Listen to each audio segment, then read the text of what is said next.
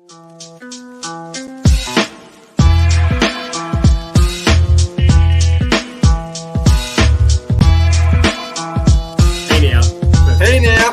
now. I scored, man. I wondered where you're going with that. This guy's legit. You should see that.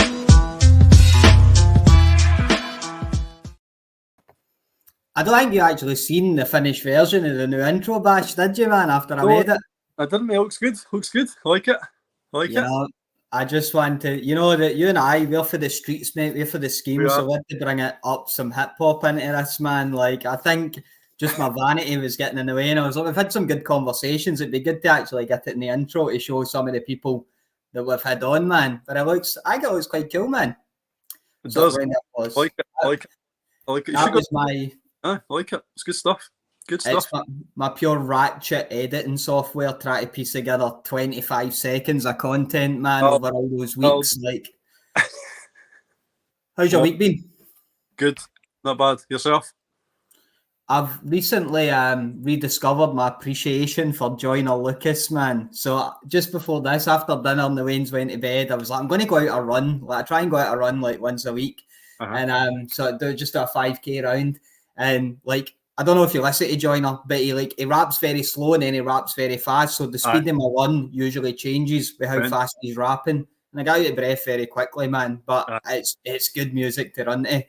Just like pure vibing, running about Airdrie, man, in a tracksuit as most other people are around here. So they're usually getting chased by somebody other than that. Well, that's true, man. That's true. We haven't been on the past couple of weeks. I'll be honest, man, like the big emphasis I think's been on this interview. So I haven't done a ton of prep. But I think just before we were on, we played together. It was Comets and Tayport afterwards, wasn't it? But yeah, that's right. Yeah, that was on the Wednesday, and then we were playing the Sunday, weren't we? That's right, man. Like, it was one of those rare games because it was sunshine and it wasn't pissing down for the high heavens, man. It was actually, this is going to sound so fucking Scottish, but it was actually a bit too hot, man. Like, I was pitching a wee bit and the mound was so dry that it was sort of breaking away. Yeah, I remember, yeah. I think in the AAA game, it was properly just battered by that point. Yeah. I think you kind of need it to piss down on the morning of the game and then be sunny by the time it gets to the game. And that's like peak sort of Scottish baseball weather, isn't it? Scottish baseball, we've not quite got the guys with the hoses out getting in, moist and ready for the games. Not quite got that yet. We're not changing the bases after three innings yet either. We need to work on that. I think that was in the AAA. That was the second time you got a walk off against us this season, wasn't it? I think you walked us off twice at Tayport. Yeah, man. Sorry about that. It's pretty rude, Bash, man. It's just, I'm not going to lie, it's pretty rude, man. It was a good game. It was up and down. It was good. Good wee battle. Who was the guy that pitched for these to begin with? Remember? It was Matt. He was good. Yes. Really good, man. Matt pitched that way. We're missing a few players that week, weren't we? I think it's that time of year, isn't it, where everyone's off on holiday and visiting family, stuff like that. It's rough. But so yous won that game. We won the single A. The week later, which was just last weekend there, nobody else was playing apart from you guys and the Cannons. But I guess we'll get to that. I want to really touch upon the trade deadline first in the MLB. What did it start with Toronto? What did Toronto do? They packed up and sold, didn't they, pretty much? And here's him. You take him. You can take him. Go to Seattle, go to Chicago, just get out of Toronto. You're done here. We got rid of pretty much everybody who was going to be done by the end of the season, which is fine. We're not going to do it in the season anyway, so what's the point in having these guys that we're not going to do with that? So most of them were for nobodies. We got a couple of decent prospects, though. I read on, I think it was Seattle's page, they were raging about getting rid of two of their prospects. I can't remember who they were now, because I'd never heard of them. They're double A and single A guys, thinking, what are you going to do with them? But yeah, they were raging about losing two of them, so that's got to be something. I think one had played in MLB before, a couple of games here or there, nothing major. And the rest had never played before. So we'll see what happens. But these players could still come back to us at the end of the season anyway. We could still sign them for next year. The ones that that's a few years ago. That's what the Yankees done with our oldest Chapman. I'm sure they traded him to the Cubs. The Cubs won the World Series. Chapman came back, and sometimes great get something for them. You know, like if you're having a bad season and you've got these guys there, you're not winning anything with them anyway. So what's the point? If you can get prospects that even if they don't do anything for your team, maybe you can move them on in 2-3 years' time and you get something else for them. Yeah, better than nothing, isn't it? I know. That's the thing with prospects. They are just prospects, and I know that we're going to show Gabriel, and he was big into that, just saying, try to be humble about it. But it's better than nothing, isn't it? It's better than walking out the door in 6 months and you don't have anything out the back yet. Exactly. What about the Yankees? What they do? I think they added Mark Leiter Jr., who's been really good high end in their bullpen. Like he's a good watch because he throws a splitter, and not a lot of major league pitchers throw a good splitter. You think of Gosman and you think of we've got gremlins. A few guys like Clemens went in his prime, but usually it's a pitch that people learn further into their career into to sort of add a bit of longevity in. So you see somebody sort of in those years using a good splitter. Yeah. They picked up Jazz Chisholm Jr. Yes. So, good move. Yeah. Yeah, man. Although I did see a lot of comments saying like he's terrible, he's not good enough. But I thought he's not been great this year, but I liked him last year. Yeah, I think his ceiling's high, man. I think that's it. It's a left-hander in Yankee Stadium with 314 down the line, man. You kind of want left-handers, and he's fast, which is good. Yeah, with the Marlins, like, who have you got to protect him in the lineup? Whereas with the you have to go at him because you've got other big hitters in the Yankees that you can't pitch around them.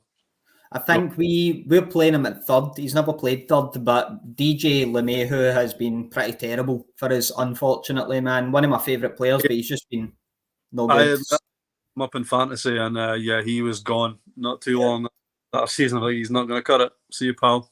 Man, it's terrible when you go on like these fantasy chats and that, and you read his profile, and he's like, now bear in mind, like, he's an old veteran player. He's 36-year-old, and you just sit there like, ow, man, ow. Like, have you seen the Scottish League? That's the time, man. He's not even reached his prime yet. I know. These are the rookies, man. The rookies come in at 36, 38-year-old, man. Like, what about? I think there was two clear winners, man. I think the Cardinals done well. They added Tommy Pham, which is a good bat for them, man. Good veteran bat. Sean Alexander, bullpen piece with high strikeout stuff. And I think the big one was Eric Fed, the starting pitcher, because he needed starting pitcher help. But I think the other big winners was Jack Flaherty to the Dodgers. Did you see him going to the Dodgers? Did you think he was ending up there?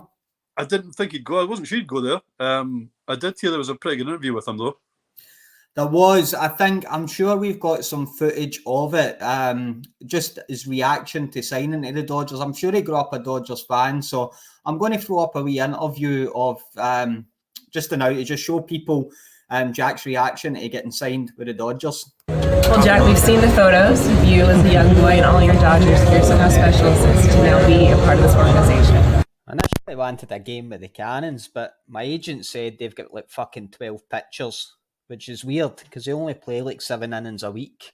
So I said, what's the next biggest team? What one's guaranteed to get something this year? And they said the Dodgers. I said, well, I'll go to the wee team then. So here I am. I used to wear Dodgers stuff. I'm much more a Comets blue nowadays, mind you. How closely were you following the news? Did it seem like this could be real? I was hammering that fucking Baseball Scotland page, man, every 2 seconds. I was terrified. I didn't even know you could get traded in this league. That's the thing. I was just fucking shitting myself in case I ended up in Galaxy.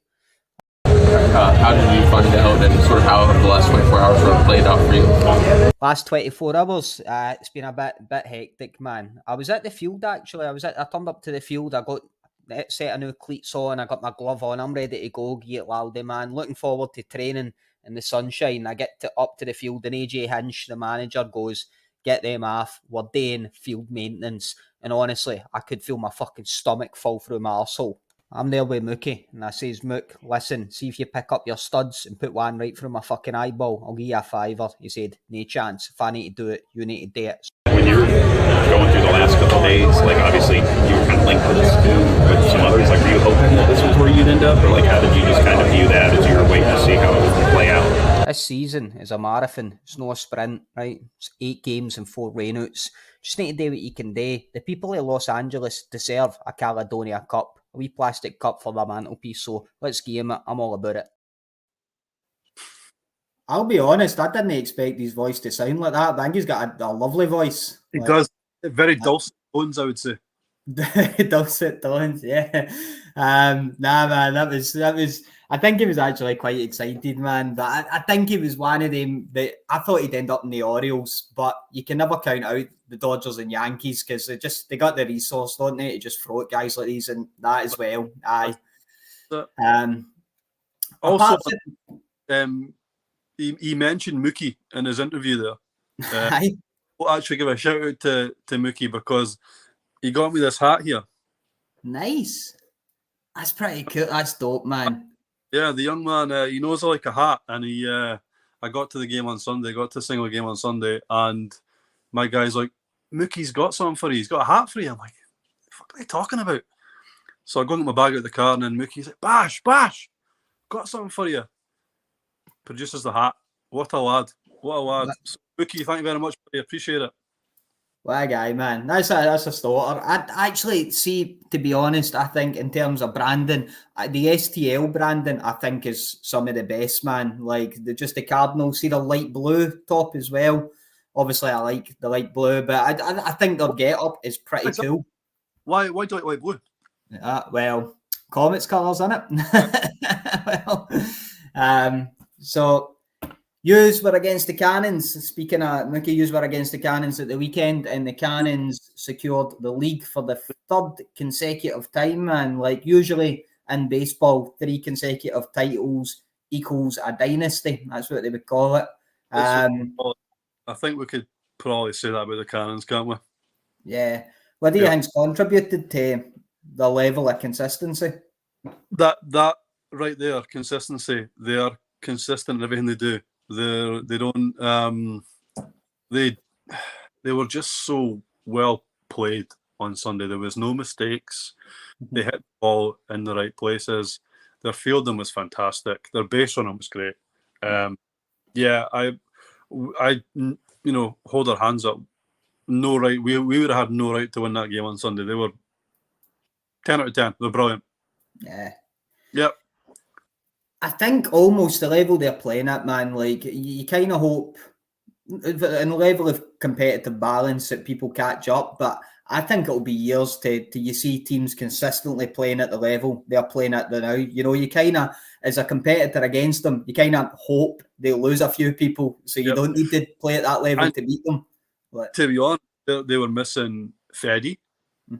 They were missing Rory. Pete came on at the very end. Pete just arrived back in from the States at what time did he tell me? It was like 10 in the morning. So he's struggling with jet lag and tired. He's there in his normal clothes. I thought, at least that's one guy not playing. That's great. That's fine. Feddy's not there. Rui's not there. I was like, good stuff. That's all right. And they just go and blow the barn doors off us anyway. So, yeah, what can you do? Yeah, man. It's just, like you said, it's consistency. Offensively, defensively, pitching as well. They're pretty deep with pitching. So, it's in this league, I'm sure Jason West has said that a few times in this podcast, anybody can beat anybody on their day. And you guys have shown that, obviously, in the past couple of years. But it takes a lot to get the better of them, doesn't it? They dropped to Galaxy this year. You need to be playing at a very high level to compete with them, man. And you also probably need to kind of catch them on an off day as well. Yeah. That's true. 1 or 2 on an off day. No complaints at all about getting beat. No complaints. They were on it from the very start. We had good contact off kit, but just couldn't find the gaps consistently. But yeah, Kit pitched a great game, and they just hit at the right time, found the gaps, and that was it. Great base running as well. Yeah. Yeah. Yeah, they're fearless, man. Fearless. You see, everyone takes second in this league, but not everyone takes third, man. And they're the team you need to watch for just going for it all the time, you know, going for that third base. So, going to give a clap to the cannon. What's that? Kit took home. He's still home? He's still home. Jeez, man. Second or third, I think it was. Yeah, still home. So, yeah. That takes the balls. So yeah, well done to the Cannons, well done guys. You deserve it, and yeah, fantastic yet again. Another really successful season for you guys. Yeah, yeah. Secured the obviously they're seeding in the postseason as well. They'll play everything at home, which is really important, man. Playing in, you know, cutting down the travel and things like that. So yeah, well done to them. Yep. I think so. We're going to transition on to the interview. Is there anything else we missed, Bash? I think we ticked off everything we wanted to talk about there. Well, yeah, I think so. Why don't, while I'm setting this up, you talk a wee bit about how this came to be, because you were the man behind this, man. Like, I didn't think it could be done, but you fearlessly slid in that man's DMs with a 2-foot fucking tackle and sealed the deal, man. Like, how did it come about? So we obviously know about Gabriel Rincones, and we knew he'd played in Scotland a little bit. His dad was over here, and that's how it kind of came about. So it's kind of cool just knowing that there's a guy who'd been over here, got drafted in the first place. I think that's pretty cool. Yeah. So I talked to you, I said, you know what? I've seen him, like, he's obviously friends with Paul Convoy and stuff on Facebook and Jason Dare. So, you know, you get the friends in common kind of thing that'll come up and tell you. So it pops up with him, and I'm not going to add him, I don't know him. I said to you, like, I'm going to just send him a message and see if he wants to come on. He can only say no. Yeah. So I sent a wee message. I can't remember what I said.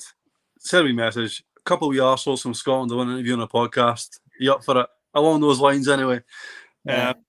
And I think it was a couple of weeks, wasn't it? We didn't hear him for a couple of weeks. Yeah. And I wake up one Monday morning to this message on my phone. And because I thought, well, he's not a friend, so maybe he's not seen the message, or maybe he's read it and I thought, I'm not dealing with these two clowns. Piss off. But I wake up one Monday morning to this message. Aye, man, sound. What? Who's this? Aye, man. What's going on here? So we talked back and forth a little bit and sorted out. I think we gave him a Wednesday night one night, and he said, "Nah, I'm taking my bird to the airport that night. I can't." I'm like, "Taking a bird to the airport? Like, what? Castle milk?" So eventually we get him on, and yeah, brilliant. Really, it was really great to get him on. It was probably our biggest catch, I'd say, Danny. No offense. Yes, but he's got to be the biggest catch so far. Yeah, man. I'm going to fire up the video. I've not actually done this before, so hopefully it works, because I couldn't get it into this app we're using to stream, but hopefully we'll see. This works. Let's go for it. Good luck and Godspeed. Thanks for joining us, Gabriel. We really appreciate you taking time out to chat with us. I know there's a lot of fans out here that are obviously following your career after a bit of Scottish connection, so it's good to get you on. First of all, how's the injury doing? Out with an injury for your hand as well? Yeah, it's fine. Just like I said, just a ligament tore off in my. It's called the UCL is usually the one in your elbow, but there's another one that's ulnar collateral ligament in your thumb. It just connects, like, it stops the thumb from going down this way. Yeah. So that was just torn off completely. So I played 2 weeks on that for the hand surgeon was just pretty much telling me if I kept playing on it, then would have to get it reconstructed, and it's just a lot worse. So I got that done, and then 2.5 months later, here I am again. You're back again. Aye. You had a homer to come back that night? That was pretty nice. I thought it was a fastball when I came back. He said, "Oh, what'd you hit?" It was a fastball. I said, "No, it wasn't. It was a changeup." I was like, "Oh." So it's pretty much I know it now. Take a while to get back in it. Take a while to get back into it. You'll be all right. You started out the year, did you know, going back-to-back games with a home run? I was I was hoping it was about the same result the first 2 games back, but no, it wasn't. I was looking for that homer the second game, it just didn't come. I think Yeah, I was really. reading your sort of your scouting reports or one of the interviews you done somewhere, but you were saying how one of the scouting reports said you didn't have the power to pull to right field. Was that Oh a yeah, conscious that was like decision, coming man? out. That was before the draft happened. Right. Because I'd hit 400 in junior college and only 6 home runs, and before I started my year at Florida Atlantic, they're all like a couple of scouts saying I wouldn't be able to pull the ball for homer. So I got under my skin a little bit, so I just started pulling everything. Just like left field, none of that. Yeah, but then now I'm going back to left field just because honestly I proved that I can pull the ball for home runs. Yeah. But then now I've anything scouts say just goes over my head now. It's just don't really want to listen to that. Honestly, I'll be more chuffed if I hit one to right field than 3 base hits to left field. You know what I mean? Was it quite hard to get that mindset to push out the back of your head when you're hearing stuff all the time? Oh yeah, especially if I'm, checking Twitter every now and then and I've seen my name pop up in something like a mock trade. It's just like, what am I doing? Gets in your head too much, yeah? Not really. It's just if I put too much dividends in it, then yeah. Yeah. I mean, it'll be just annoying, but just a day-to-day thing, honestly. I was going to say, man, like, obviously your accent's quite heavy. You stayed in Fife, didn't you, man? It was over that way. Do you ever break out the Fife accent when you're in the clubhouse? Just start swearing at people and screaming in Fife? Or... Oh, not really. My teammate Marcus Leesang, he loves it. So almost every time we go out to the field, he's like, "Date for the pint." I was like, "Date for Scotland."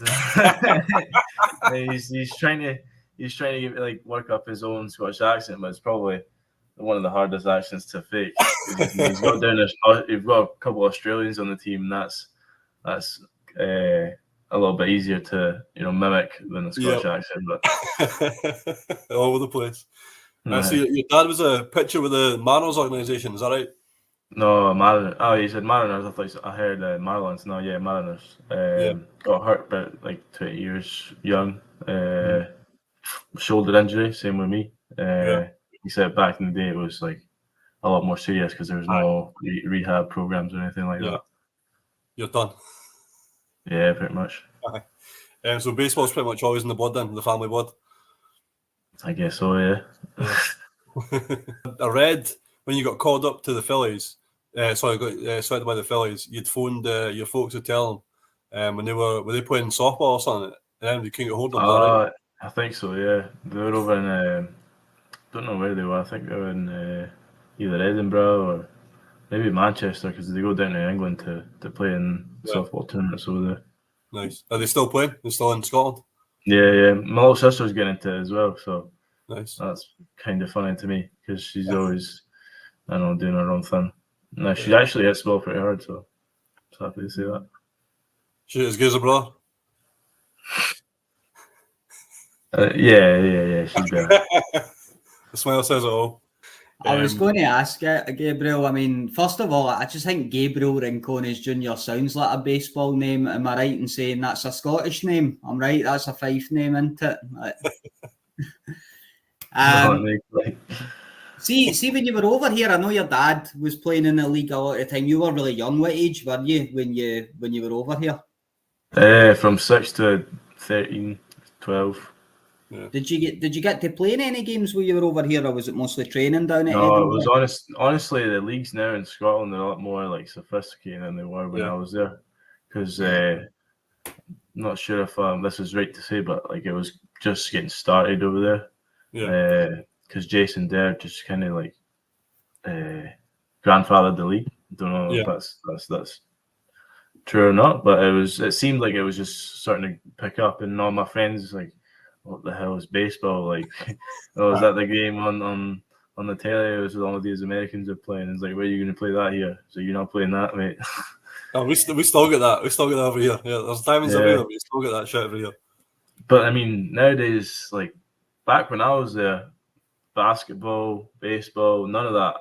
I would see none of that over there. It's Yeah. just like now people are getting more interest in American sports, that's cool, I guess. Big time, yeah. I think it probably helps Yeah. what MLB series come over and things like that as well. Yeah.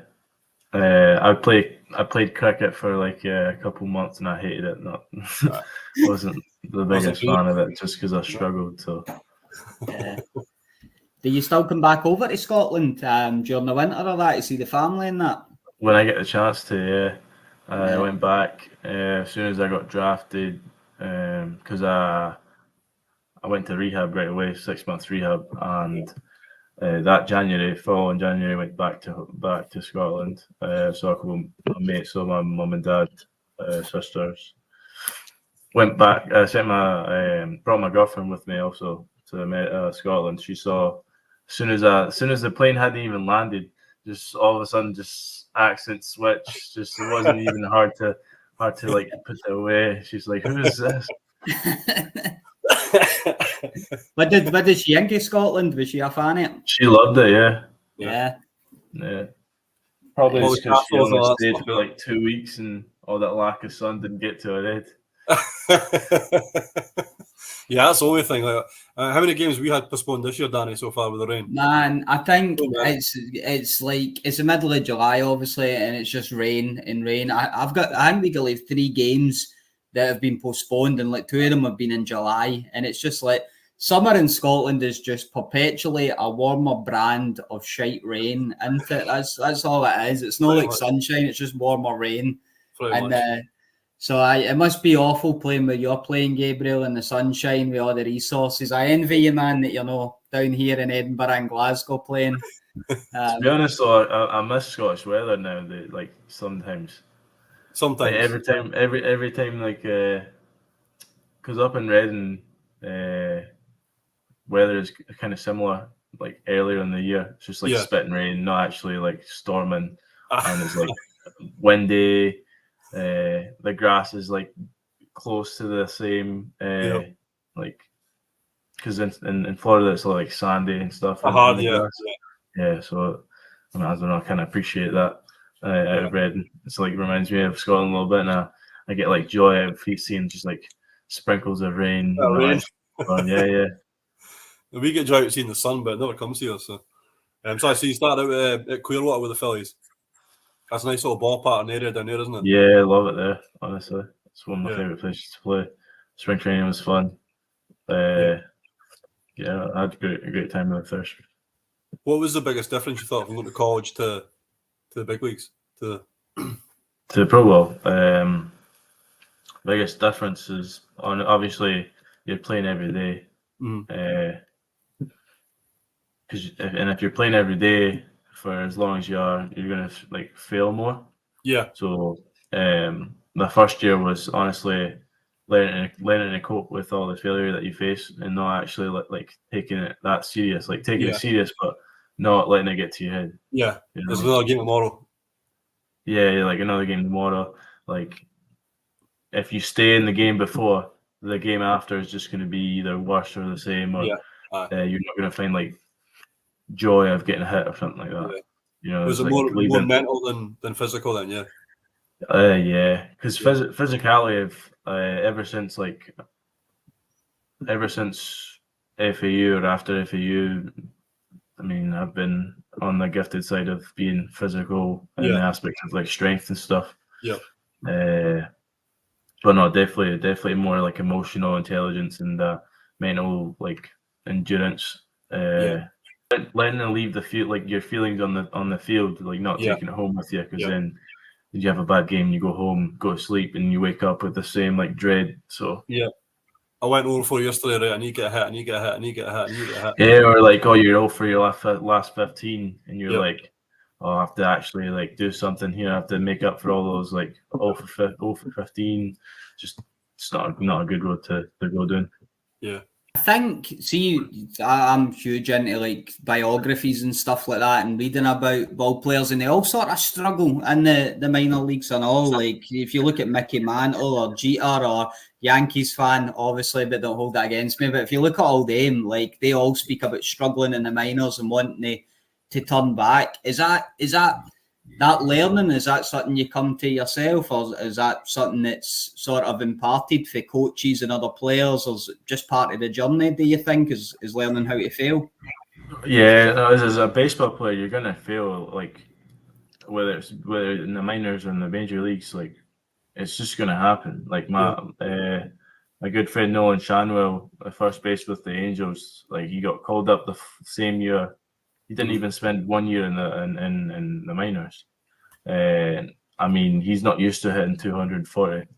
You know, like this kid can, really swing the bat. Yeah. Like he's tapping in some power now, but like there's a learning curve that you have to, kind of adapt to. Especially if you want to like progress as a player. Like if you're not struggling, you're probably either not working on something or not learning something. You're not progressing as a, you know what I mean? Yeah, like you're kind of staying in your comfort zone, and I can do this. I'm just going to keep doing that. I'm not going to change anything else. Yeah, I'm not sure if it's just like comfort zone, because if you're in a comfort zone when you're hitting 300, you don't have to fix anything. Yeah, you know what I mean? But like the league will adapt to you. Yeah. So if you're not adapting, you're going to stay in that, like lull. So everyone goes through it. Just how fast can you get out of it, and how long can you stay out of that? Yeah, that's what makes a great player great. Yep. So how you enjoyed Reading? A bit of a difference from for the league. I love it. I love it in Reading. Yeah. It's I love the stadium. I love the umpire difference. Obviously, you're going to get some umpires that make a bad call, but it's not as consistent. Obviously, the human aspect's still there for the umpires to miss some calls, but not as much. You come play here. Get plenty of missed calls over here, Danny. God, you're fun with umpires over here. I was going to say, going back to sort of you were here for a while, and then you sort of, I take it you went over to the States in your teenage years, Gabriel, and sort of high school years, you went to the States, didn't you? Yeah, from ages like 13 till now, honestly.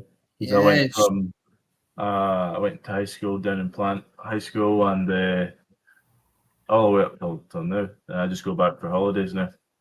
Did you feel like you had to catch up when you went to high school? Because I take it you've got some kids that have been playing there, obviously with all the resources for the moment they can walk. Really, what was your skill level like as a baseball player when you? Honestly, it was kind of pish, because 6 years they're playing organised baseball, and everyone else here has been playing baseball like with their pals and stuff. Like some dual sport athletes playing football, American football and baseball, and it's just like they haven't missed a beat, so I had to, catch up. Catch up with them. Yeah, pretty much. And I mean, it usually will catch up to the player that's not working just as hard as just the talent. Like, it's going to take me longer, but I'll eventually catch up if the other guy's not working. So you didn't have to take any of your cricket skills over there, no? What do the guys say when you tell them that you spent some time in Scotland? What's their thoughts? They're always like, Scotland, what? mean Scotland. So where are you from? Because I'm speaking to them in an American accent. So I'll usually just say, I'm from Florida. I'm like from Tampa. And then some guys, like when I have to actually tell them where I'm from, I'll be like, well, I went to high school in Tampa, and I grew up in Venezuela and Scotland. They're like, Scotland? Oh. Let's say there's 20 people in the locker room with you. To 20 players you play alongside. How many of those 20 players do you think can point out Scotland on a map? No. It's somewhere up there. It's I'm not throwing anyone under the bus, but I will say that Switzerland is a favourite for people to bring up. They're like, "Oh, are you from Switzerland? Where are you from, Switzerland? Where are you from?" Just a bunch of places, just not even close to Scotland. What language they speak in Scotland? Is like, although it sounds like a different language in the Kingdom of Type, I swear it's English. You know, it's funny. I went to the States for the first time last year. I went to New York, and I've never been asked if I'm Irish so much. and see the look of disappointment people have in their face when you go, no, I'm no Irish, I'm Scottish, and they just go, Do you know why though? It's because everyone here has like some tie to Ireland. They're like, oh, my family's Irish, and oh, I'm part Irish, and my name's Irish, and like few people are like, oh, I'm actually part Scottish. Oh, my family lineage is from Scotland. It's like usually people that I meet are like, oh yeah, family's from Ireland, like long ago. And they can't honestly tell the difference between Irish accent and the Scottish accent, but I mean, as we can, because obviously, we hear it in a different way they do. But I get quite a lot of it. A lot of them love it. Love the Scottish over there. Oh yeah, every time I crack out, everyone loves it. The only thing is, like, I'm not gonna constantly be in it just because I feel like people can get annoyed. He's like, oh, what's this guy saying? Especially the Fife accent as well. Oh yeah. I was going to say, I've done a wee bit of research here, Gabriel. You initially turned down an offer to be drafted in the 19th round by the Padres. Talk to us a wee bit about what was kind of going through your mind when that came through. Being drafted by the Padres, 19th round. I take it that's out of high school. And you had the opportunity to play college. That was out of junior college. Was it right? Yeah, 2 years after. 2 years after I played in the St. Pete College. Obviously, if I say no, I'll sign for this, I'm not going to go back on my word and say, yeah, you know what, I'm desperate. Let me sign for what you've given me. Yeah. Like I had to face the consequences to my decisions at first because I had asked for 800,000, and I ended up being offered like 200, 300. Like, oh, this is what we have, and obviously, like in the past, them paying junior college players hasn't like worked out for them. Statistically. Yeah. So I wasn't just gonna like fit into that statistic and be like, oh well, yeah, I'm a junior college player and they don't play junior college players anymore. Let me just accept this. No, like I wasn't gonna do that. I was gonna stay true to what just kind of have a little bit of integrity, just because I'm not the type of person to like just accept something if I know I'm better than what I'm being offered. It takes a lot of balls as well though to do that, like to get that chance to go to the major leagues and reject it the first time round. Well, yeah, no, it's not the major leagues because you know what I mean. But to get drafted by a major league team and start that dream, hopefully, of playing the big leagues. Oh, it made it easier just because I was like not very happy. I was actually very angry, so made it you get a lot of courage from being angry. You know what I mean? Yeah. So I was more of like, oh, so you're not even gonna give me a counter offer? No, I'm not gonna get a single call. Okay, yeah, I'm not accepting that, son. Yeah. I'm gonna go back to college and play for another year, and then what happens. Yeah, prove them wrong. Describe to us that feeling when you did end up getting drafted then, Gabriel. What was the sort of reaction by yourself and your family and all that? What was going on there when you get drafted? Well, my family's everyone except me like showed an emotional reaction. Like they had a response, they had a celebration. Like for me, it took about 2 weeks to actually process like what I'd done. Like I'd actually finally done what I said I wanted to do. Yeah. But that wasn't like it just started, didn't actually finish. You know what I mean? So when I first like accepted, I got the call from my agent, Matt Rodriguez.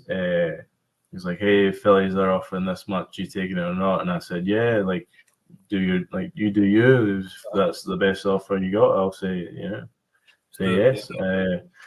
But honestly, I had a stone face on draft day. I was more excited for my good friend Jack Caglione at his draft party than I was at mine, because I was at the clubhouse for FAU with with my old computer, and I had it up, had the draft up, and actually it died before I could actually see my name pop up. Oh, you're kidding! It was me, my girlfriend, Jack, and his old teammate in the locker room. It was just us, and I got the call, and I was just a facial expression. I was just like, all right, yeah, okay, cool, do it. And they're all like, What does that mean? Like, Yeah, what's happening? you're not What's happening? excited. You're not. It can't be good news. Like, what? And then I was like, no, the Phillies took me. I did have a question. It was just round about your sort of. Well, firstly, actually, I'll ask you right now. That's a bit more relevant, and it's not on my thingy. But we're around about that time of year where obviously it's sort of trade deadline.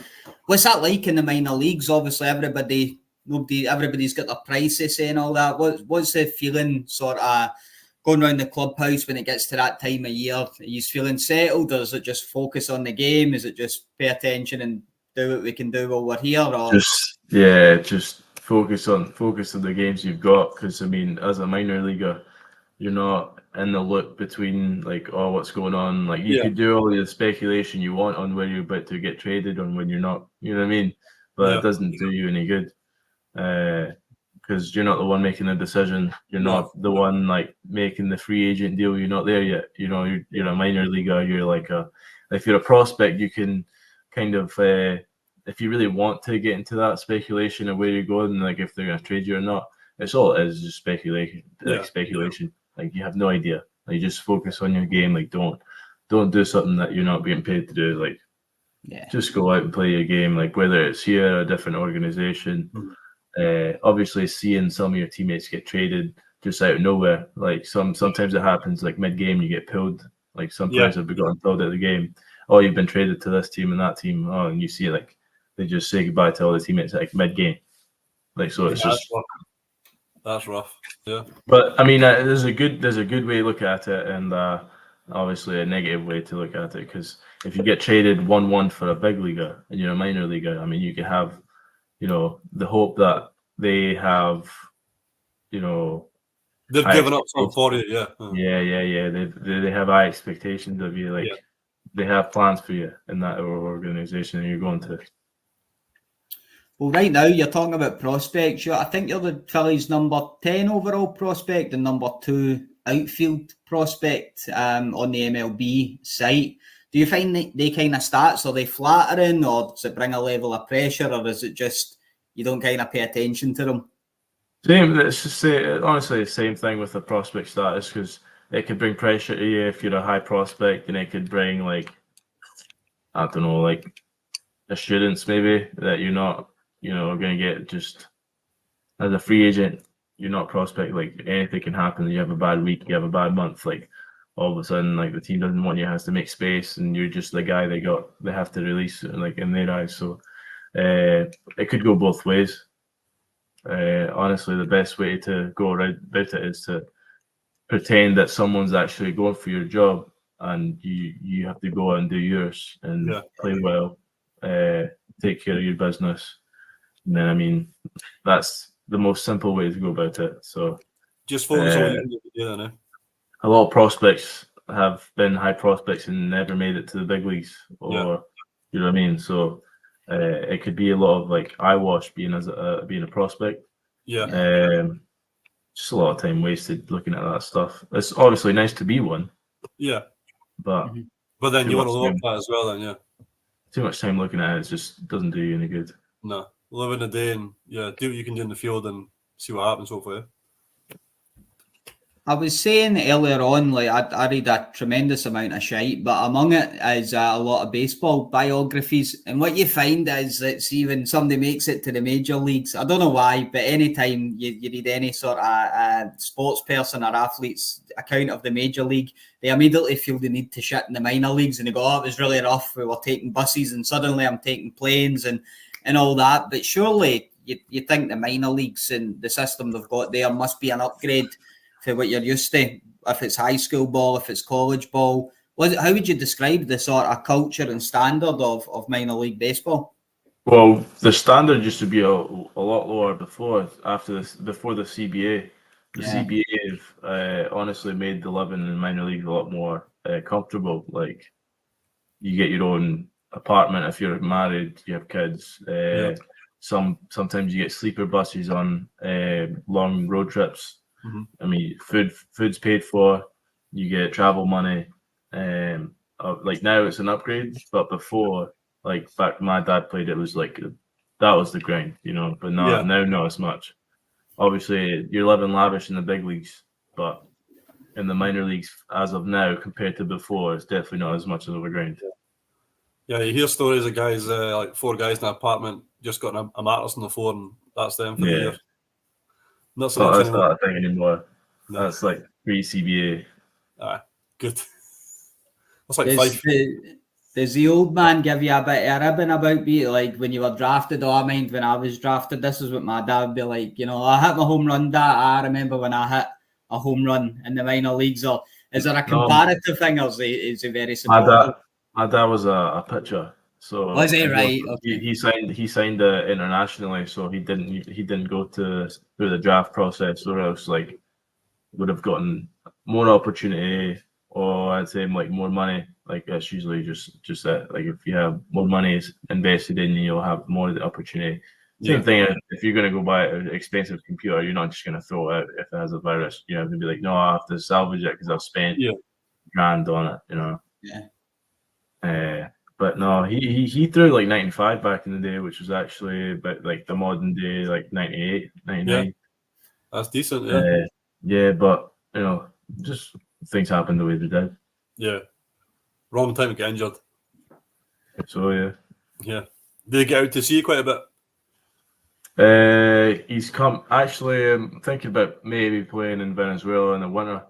Right. Nice. 2.5 months. So if I do or don't, just depends on how my season goes and how I'm feeling. But they're wanting to go then back home to Venezuela. So I'll definitely see them in the off season, whether it's like me playing or not. My mum wants me to go back home for a week to Scotland. We'll see. Yeah, you don't do Scotland in the winter time. What? You don't want to do Scotland in the winter time.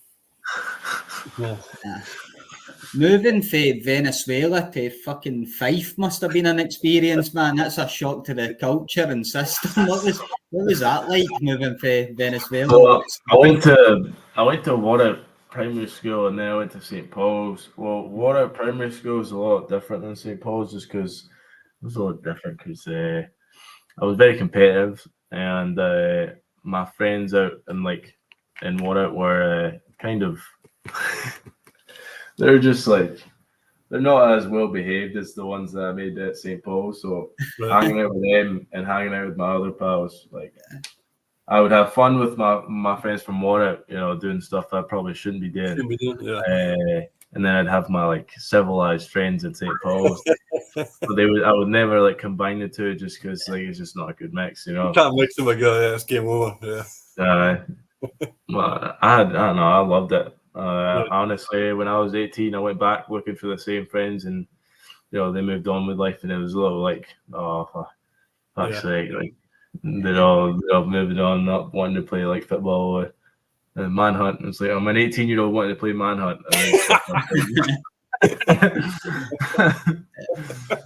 No, I get this fuck. I've got work in the morning, mate. That's outstanding. Excuse me. We'll ask all our guests, death row meal. You're about to go into the electric chair. You've got your death row meal, appetizer, main, dessert. What are you picking? Honestly, I'm about to die. I don't really care. Probably just give me the Bible and that's it. Don't really need to eat anything. Okay, fair enough. Right, I'll go on. I've eaten enough, honestly. What's it? So you obviously travel a lot with the minor league ball. Then, if we're thinking about meals, where's the best place to eat that you've been? Is there any hidden gem restaurants or anywhere you like to go when you're in different cities in the States? I'm a big steak guy, so when I went out to Del Frisco's, that was a really good steakhouse. That's one of my favorites. It's probably the only one that I can actually think of that's like memorable. Like I'll go there if I can every week. It's not the cheapest, but I mean, I love it. Steaks are made brilliant. Yeah. Good. We're just going to hit them up now and demand money for them for free advertising. So that was the game plan there. So perfect. Man. We've got a few questions from the Facebook page. Some Jason West. What do you feel is the most important factor of local baseball organisations to focus on in order to grow the sport here in Scotland?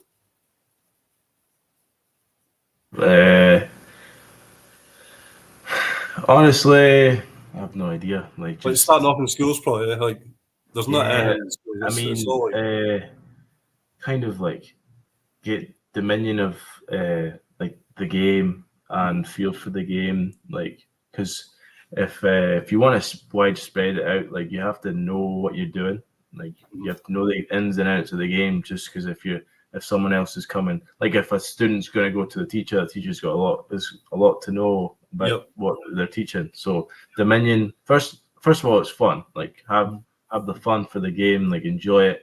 Not just like, oh, I have to know everything about the game and all of a sudden it gets boring. It's like pro ball, like it's just comes more like a job. No, but if it's like enjoyable, then you're gonna want to know, oh, what happens when infield fly ball comes in, there's a runner, so first and second, what does the umpire do? Like calls, oh, infield fly, batters out. Like stuff like that. There's so many rules in baseball, and not even just written rules, like unwritten rules, like that stuff is like interesting as a fan to know. Like, or if you pimp a home run and you feel like disrespected, like that's just a little. your next batter's probably getting beamed, yeah, it's a little tidbit. Like it's fun to know, fun to look out for. But first things first. Before it goes to the schools, like you have to kind of have, like that ball knowledge. Yeah, I think like even like our development league, every week at training we're telling guys like there's so many different situations that occur during the game that fuck, we've not even discussed that way yet. We've not even thought about that yet because it happens once every like 7 games, 8 games. What do you think about it? It's not a regular thing. Exactly. Like if I'm going to learn a new sport and I ask a question, and I get like no feedback, I'm like, well, if you have no idea, how am I going to learn? And then all of a sudden, I was like, no, this is too hard for me to learn. I'm just going to fuck off. Yeah, there is a lot of just random circumstances that happen during a baseball game that you just that's the way it goes. John Piquella, how disappointed on a scale of 1 to 10 are you that you don't play for the Yankees? You can bin that one, I think. Honestly, I love playing the Yankees just because I hit them well. So if I could pick any team to play for other than the Phillies, the Yankees would probably be close to the last. Good man. That's the team I'd play for. That's what I like to hear. Danny's a big Yankee fan, so that's brilliant to hear. Sure. What team did you follow growing up, Gabriel? Did you have a team that you followed? Yeah, as a fan, not as a player. Houston Astros. Astros. When the draft came round, I was like, don't really care if I go to the Astros or not. Yeah. But I was a huge Astros fan. Yeah. Nice, man. Nice. Who's your favorite player growing up? I had a couple like Barry Bonds, Jose Altuve. Yeah. Not A-Rod. Just Carlos Gonzalez had a good swing. Yeah. Anyone that I could like really appreciate their swing, honestly, and if I knew a backstory like Jose Altuve is like, I would be a fan. Yeah. Barry Bonds is my all-time. He was just frightening to watch, man. Like I grew up that sort of era watching him, and like he was just monstrous. What the way he would punish a baseball, like, yeah, great talent, man. Right, we've got one more. Elvis has sent us 3 actually. Just pick one of them, Bash. Just pick one of them. Make your own all-star team from all-time MLB players. Barry Bonds in left. Uh-huh. Eric Davis center field. Right field. This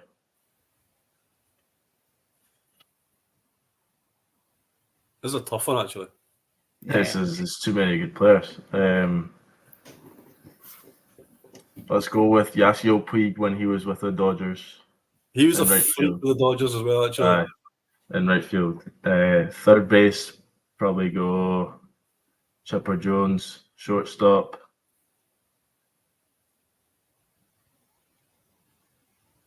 O'Neal Cruz. That's a tough pick. Yeah. Nice, man. Second base, Altuve. First base,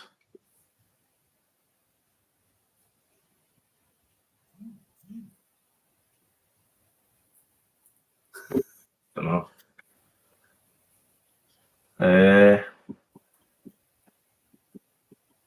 Edgar Martinez, maybe? Yeah. Fair enough. Catcher.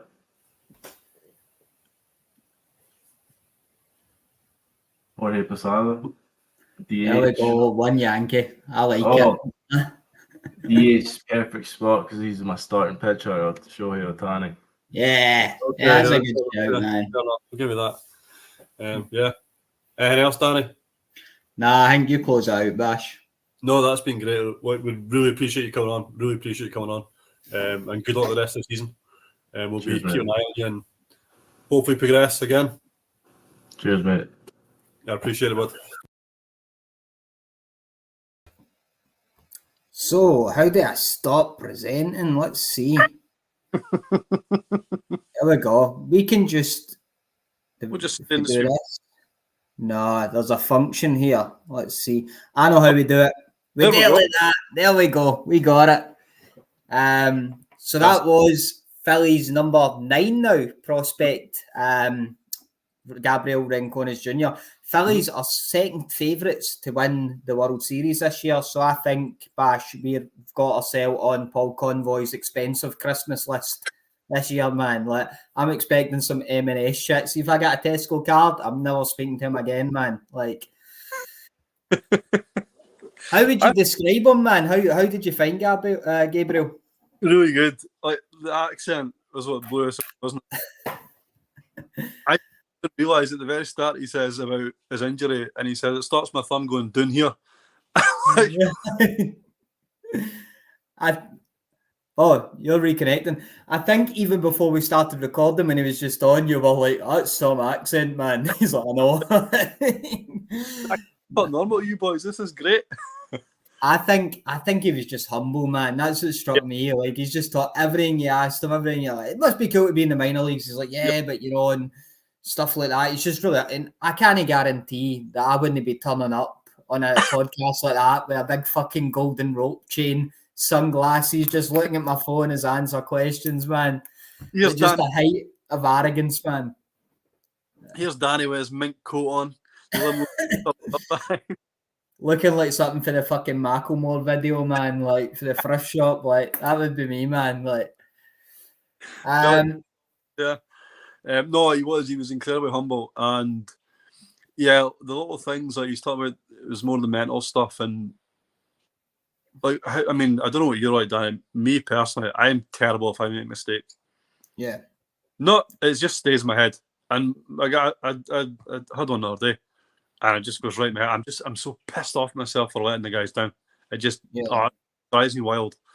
And his thing about, you know, you block it out. If you take the last game home to a new game, you're just going to be chasing that trigger, that error, that slump, you know, whatever you've done. So I think it's great to hear stuff like that. I think it's very important because we all get on ourselves, and you have to just get past that and like shake off. Easier said than done, I'll admit that. But yeah, the little things like that I thought were great to hear. Yeah, man. Like, when we faced you guys, man, the last time, I went 0 for 4, and I don't think I've ever went 0 for 4, man. And Humble brag there from Mr. Quinn. No, listen, I've been shite this season, man. Like, but you know what it is? Like, in one sense, I don't know if it's a good thing that you have that breathing space where you can sit a couple of days and you can reflect and go, right, this is what I need to work on, and you've got another few days to work on it before you go back in. Or whether having games the next day, you just can't sit there and reflect because you're in a game tomorrow. So I've never really truly figured out whether it's a benefit to have those games like that, or whether it's a benefit that we're only playing once a week. Do you know what I mean? But I think you're right, man. Like, if you care about this sport, and I know a lot of people do, myself included, man, it can stay with you a few days, man, and it can just sour your mood in your personal life as well, man, as well as anything else. So I was talking to Steve, who was first base of the Cannons, and he was saying how he'd been struggling a little bit the last few weeks, getting hits. I think he had at least 2. He had 2 in a walk, I think, maybe 3. But he'd said, you know, I'm just it's driving me wild. I've just not been able to get a hit, and it's just playing on my mind. And I said to him, Sundays when you're not playing well, Sundays take a long time to come back around again, so you can play and try and get out your stuff. It's rough. So yeah, it must be every day. It must be great to have every day. It's a chance to get back on a horse. But if you're still slumping day after day after day after day, you probably do think, fuck, I could do with a week off of this shite. Just take me away, you know? Aye. Nah, well, the good news, I don't know if you saw my Facebook, man, there's batting cages open up in Glasgow. Like, it's... What was it like? Did you actually get to use it? Man, I've used it twice now. Like, I'm going to try and maybe... I spoke to them about getting them on. Like, it's... The thing, it's set... The batting cages themselves are only 40 feet. And it's got 4 different levels. And the fastest level is 70 miles an hour from 40 feet away, man. Like, it is hard. But, you know, the one thing I've been struggling on is that I don't keep my hand in the bat when I swing. Like, it comes off and my hands are way up here.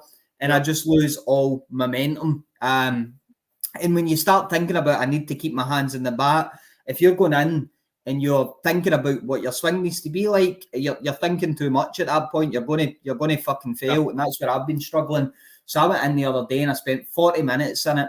Something like £7 for 10 minutes, which was all right. You know, you're seeing lots of pitches. In 40 minutes, I've seen over 100 pitches. And by the end of it, I was just like, both hands on the bat. We done a scrimmage game at the weekend because we didn't have a game and just took a few hits. And like, it was wild just what that done to my confidence and swing. So the guys, I'm not going to mention them too much because they're in a soft launch sort of phase. They're going to go into a...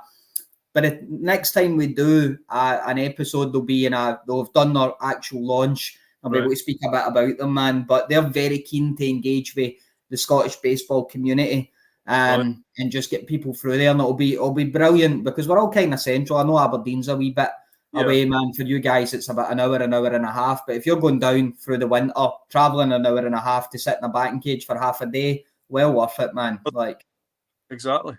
And if they want to sponsor us, you know, who are we to say no? That's it, man. That's it.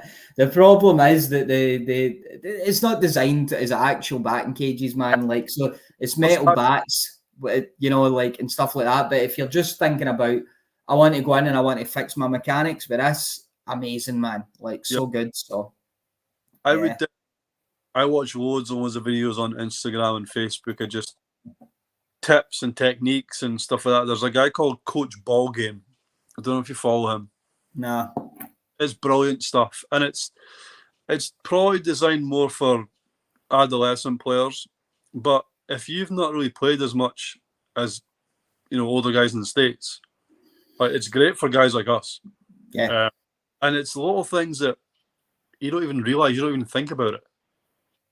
It's fantastic to watch. Little things like just keeping your hands in. You know, everybody's always want to get their arms all the way out. And it's all your power control. You want to keep all nice and tight, and then you can just push through the ball. It's just getting to think about it. And you can't really do it in a game because you end up all over the place. You start thinking about too many things and you're shite. But yeah, if you can go to a batting cage and just think about 1 or 2 things you want to work on and get 100 pitches, just keep doing it and doing it and doing it and doing it. Because at the start, it might be a bit uncomfortable keeping your hands in, whatever it is, and it takes a bit of time to actually make it comfortable, if that makes sense. Well, that's what I was saying to the guy. I was in the other day and I was saying to the guy, one of the supervisors there, he's from Texas, and I was saying, if we want to do live pitching, batting practice, like I can sit there and I can hit, you know, people throwing like that all day. That's not preparing me for stepping in the box against guys that are throwing up, not to the level I need. But if you want to do that, if you want to sit and see fast pitching, right, you need you to take the swings. You need a catcher. You need a pitcher that's willing to sit and throw you 50 strikes. You need probably an outfielder so the balls don't get lost. So you need to round up, you know, 3, 4, 5 people that are willing to give you the time to sit there and work on the nuances of your mechanics. And it's not possible, man. It just doesn't get done. So I know. It's really hard, man. But yeah, it's going to be a good resource in Scotland, definitely, man. Yeah, it sounds good. Like you're saying, we always do batting practice at training, but you're getting 10, 15 pitches, 2 or 3 rounds of it, maybe a bit more than that. But you're not chat, and it's you can't expect your guys to be giving everyone the pitches as well. Aye. So if you do it for you, even better. Yeah, man. No, it'll be good. It'll be good. So what's the plans when we're back on then, Bash? What do you think? 2-3 weeks, the playoff kind of time. Yeah. I think the postseason, so this coming week is scheduled, so the 11th is scheduled to be the last regular game of the season. We've then got 2 weeks of overrun. So I think we come back, you're right, in the weekend like the 26th to sort of preview who's made the postseason, what the landscape is, and sort of give our unbiased predictions about how we think it'll go. Should be good, man. What we do best. It's all unbiased here. That's all we do, mate. That's all we do. No, that was good. I hope people enjoyed it. And cheers again, Bash, for sorting that out, man. I genuinely would never have even tried to get someone like that on. So, if you don't try, you know. Well, I did actually reach out to Harry Ford. Did you? Nice. Yeah, he's not replied. There's another guy in the Dodgers, isn't there? There's another guy in the Dodgers that's they're calling British Gas because he played in the UK. Peterson, Sutton Peterson. I read about him actually not too long ago. Yeah. Yeah. I can tell you his first name. Yeah. So I guess if anybody listening to this knows of anybody they'd like to see on it, give us a shout. And I noticed also that our Facebook page is sitting just under 500 likes. So share around, like it if you've not liked it already. It goes a long way in just giving us the platform to reach out to these people and actually look like we know what we're talking about, man. But aye, that was a good interview, and hopefully people took a lot from it. More people follow us. Maybe next year we'll get Aaron Judge on the show. Who knows, you know? That's a dream, man. That's a dream. You'd just be sitting there, just Google-eyed at him. Man, I couldn't do it. I don't think you could fit Aaron Judge on a screen, you know, and just be like this, talking like the guy's like 6'7", man. Like, I don't think he's getting on a screen, man. They're not like, do you want to play for the Comets? Would you get something like that? Oh man, honestly, yeah. Awesome, man. Bash, it was good to see you again, mate. You take it easy, and I'll catch up with you in a few weeks. All right. Thanks again, guys. Take care. Cheers.